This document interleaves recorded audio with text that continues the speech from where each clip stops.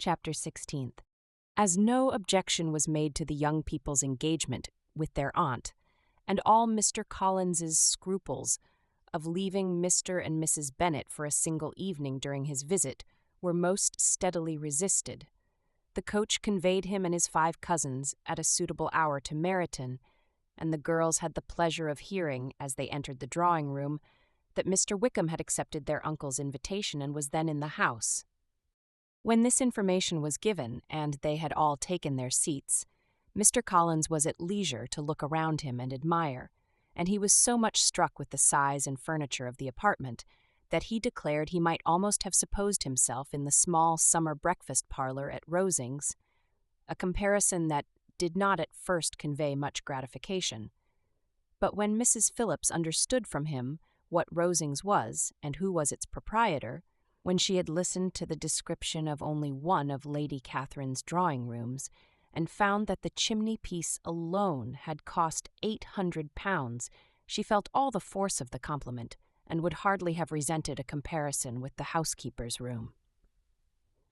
In describing to her all the grandeur of Lady Catherine and her mansion, with occasional digressions in praise of his own humble abode, and the improvements it was receiving, he was happily employed until the gentlemen joined them, and he found in Mrs. Phillips a very attentive listener, whose opinion of his consequence increased with what she heard, and who was resolving to retail it all among her neighbors as soon as she could. To the girls, who could not listen to their cousin, and who had nothing to do but to wish for an instrument, and examine their own indifferent imitations of china on the mantelpiece, the interval of waiting appeared very long. It was over at last, however. The gentlemen did approach, and when Mr. Wickham walked into the room, Elizabeth felt that she had neither been seeing him before, nor thinking of him since, with the smallest degree of unreasonable admiration.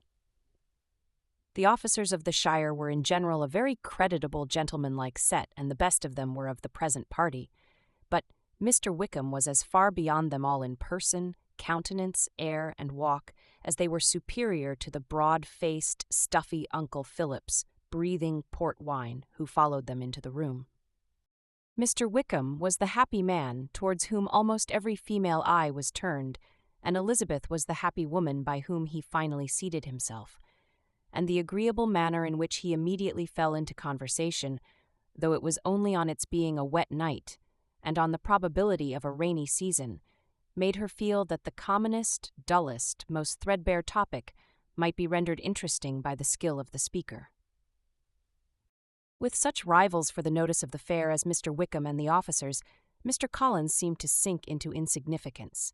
To the young ladies he certainly was nothing, but he had still at intervals a kind listener in Mrs. Phillips, and was, by her watchfulness, most abundantly supplied with coffee and muffin.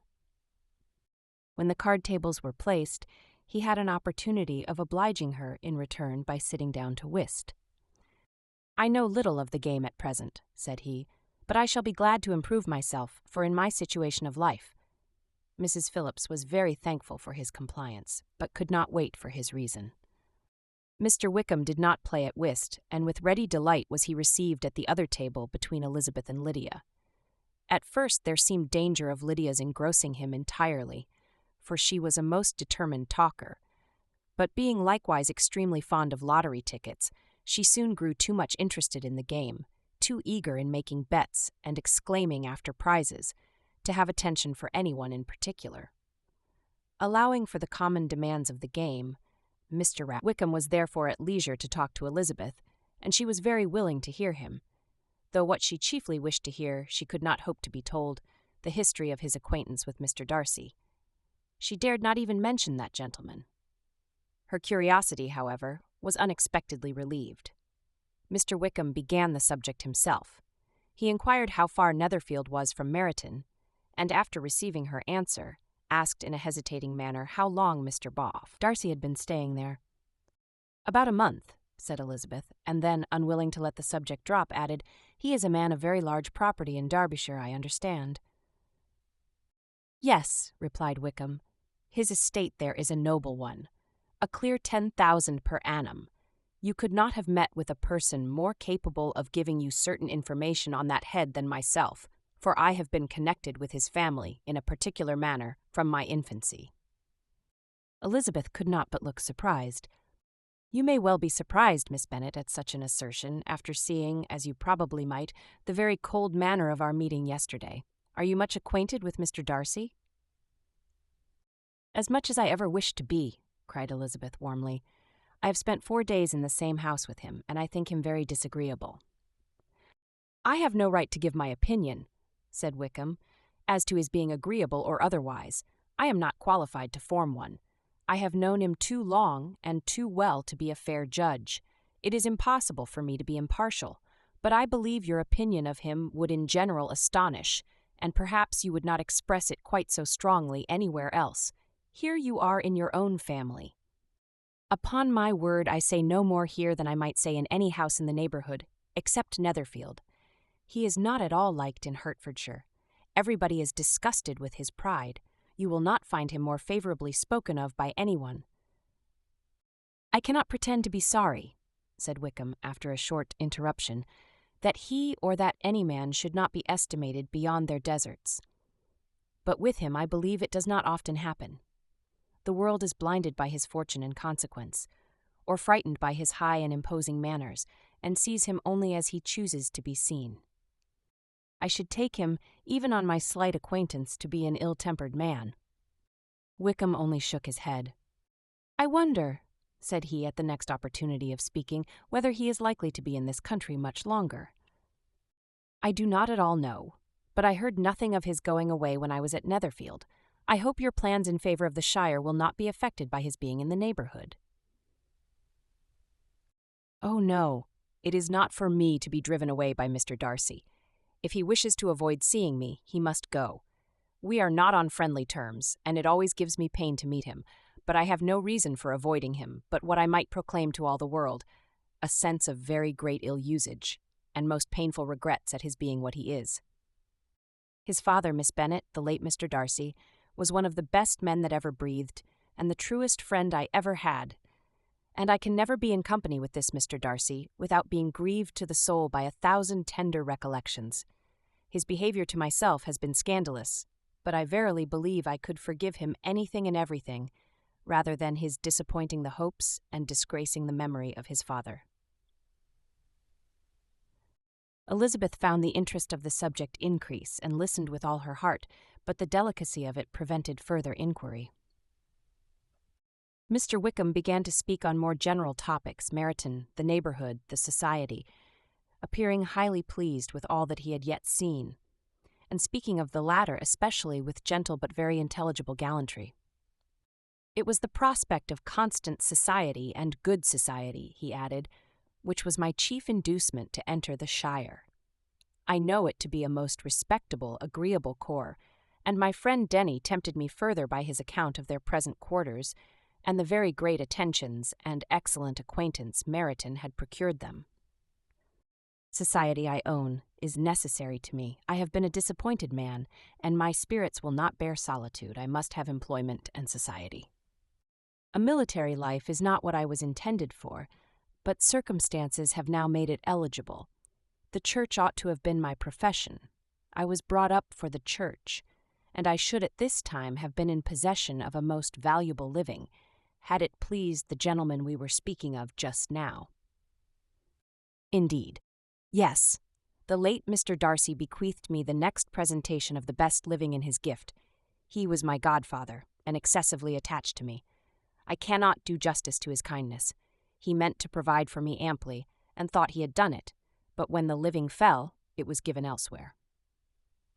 "Good heavens!" cried Elizabeth, "but how could that be? How could his will be disregarded? Why did not you seek legal redress?" "There was just such an informality in the terms of the bequest as to give me no hope from law.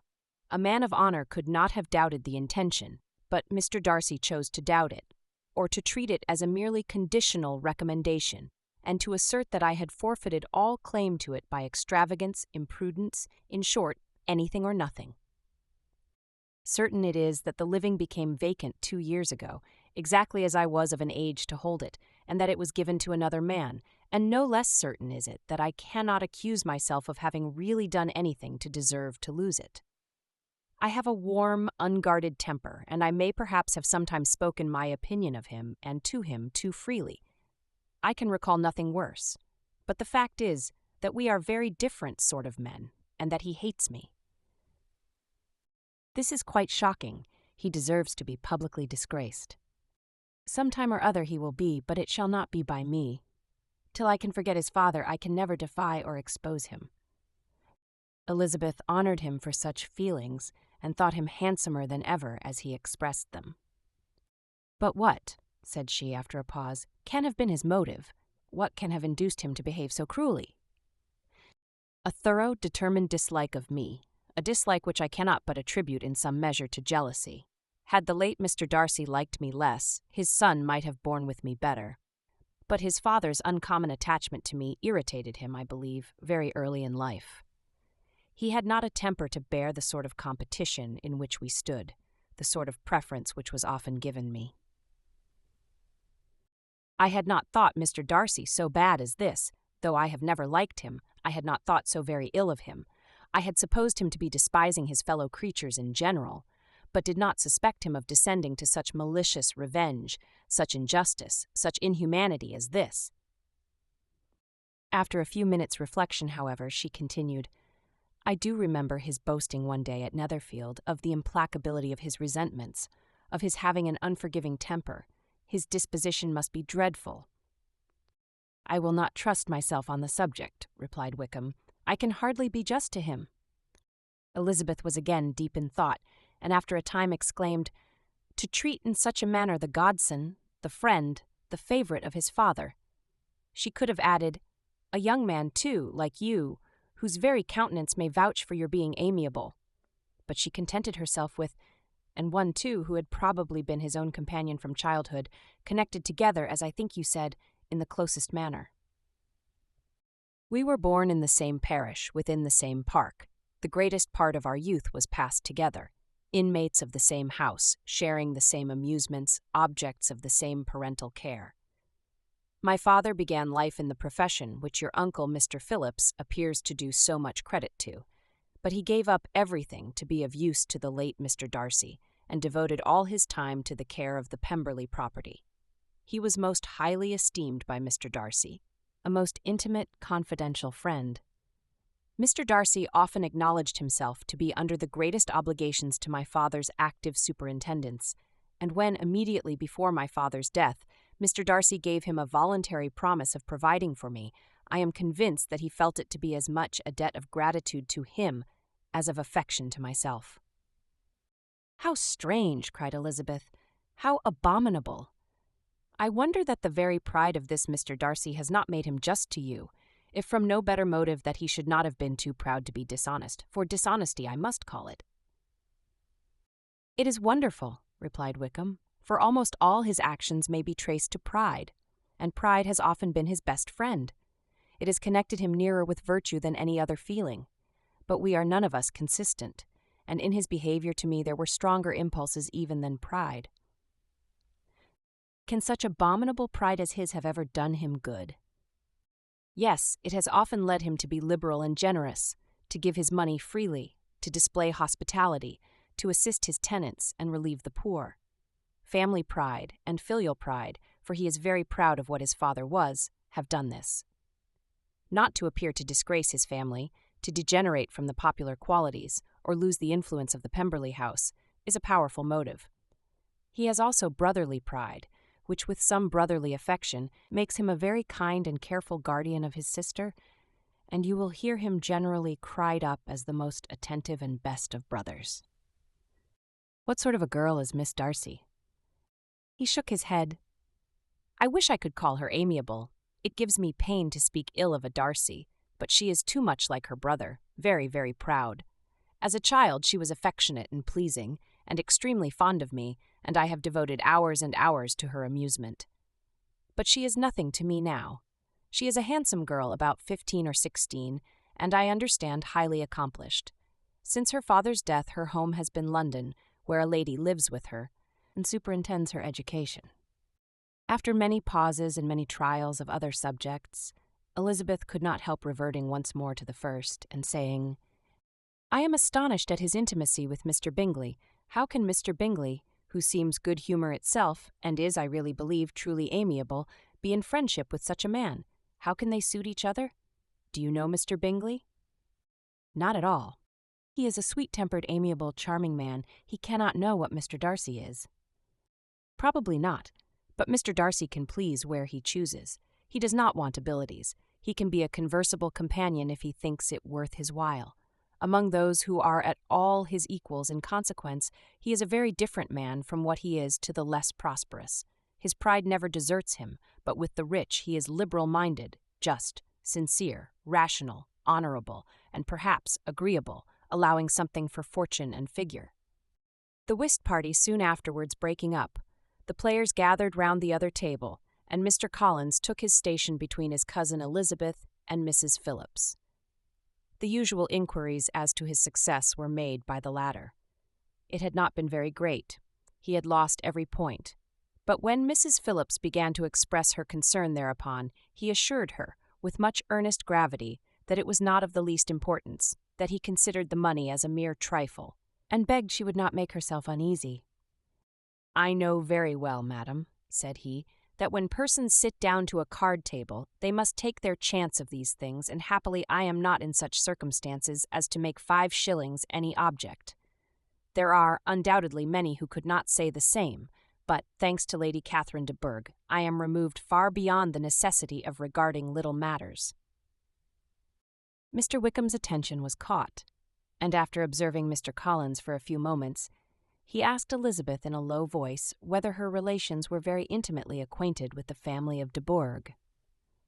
"Lady Catherine de Bourgh," she replied, "has very lately given him a living.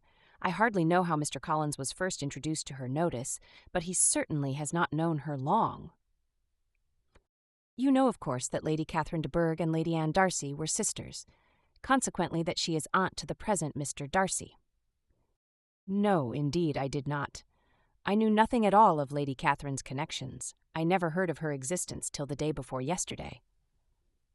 "Her daughter, Miss de Bourgh, will have a very large fortune, and it is believed that she and her cousin will unite the 2 estates."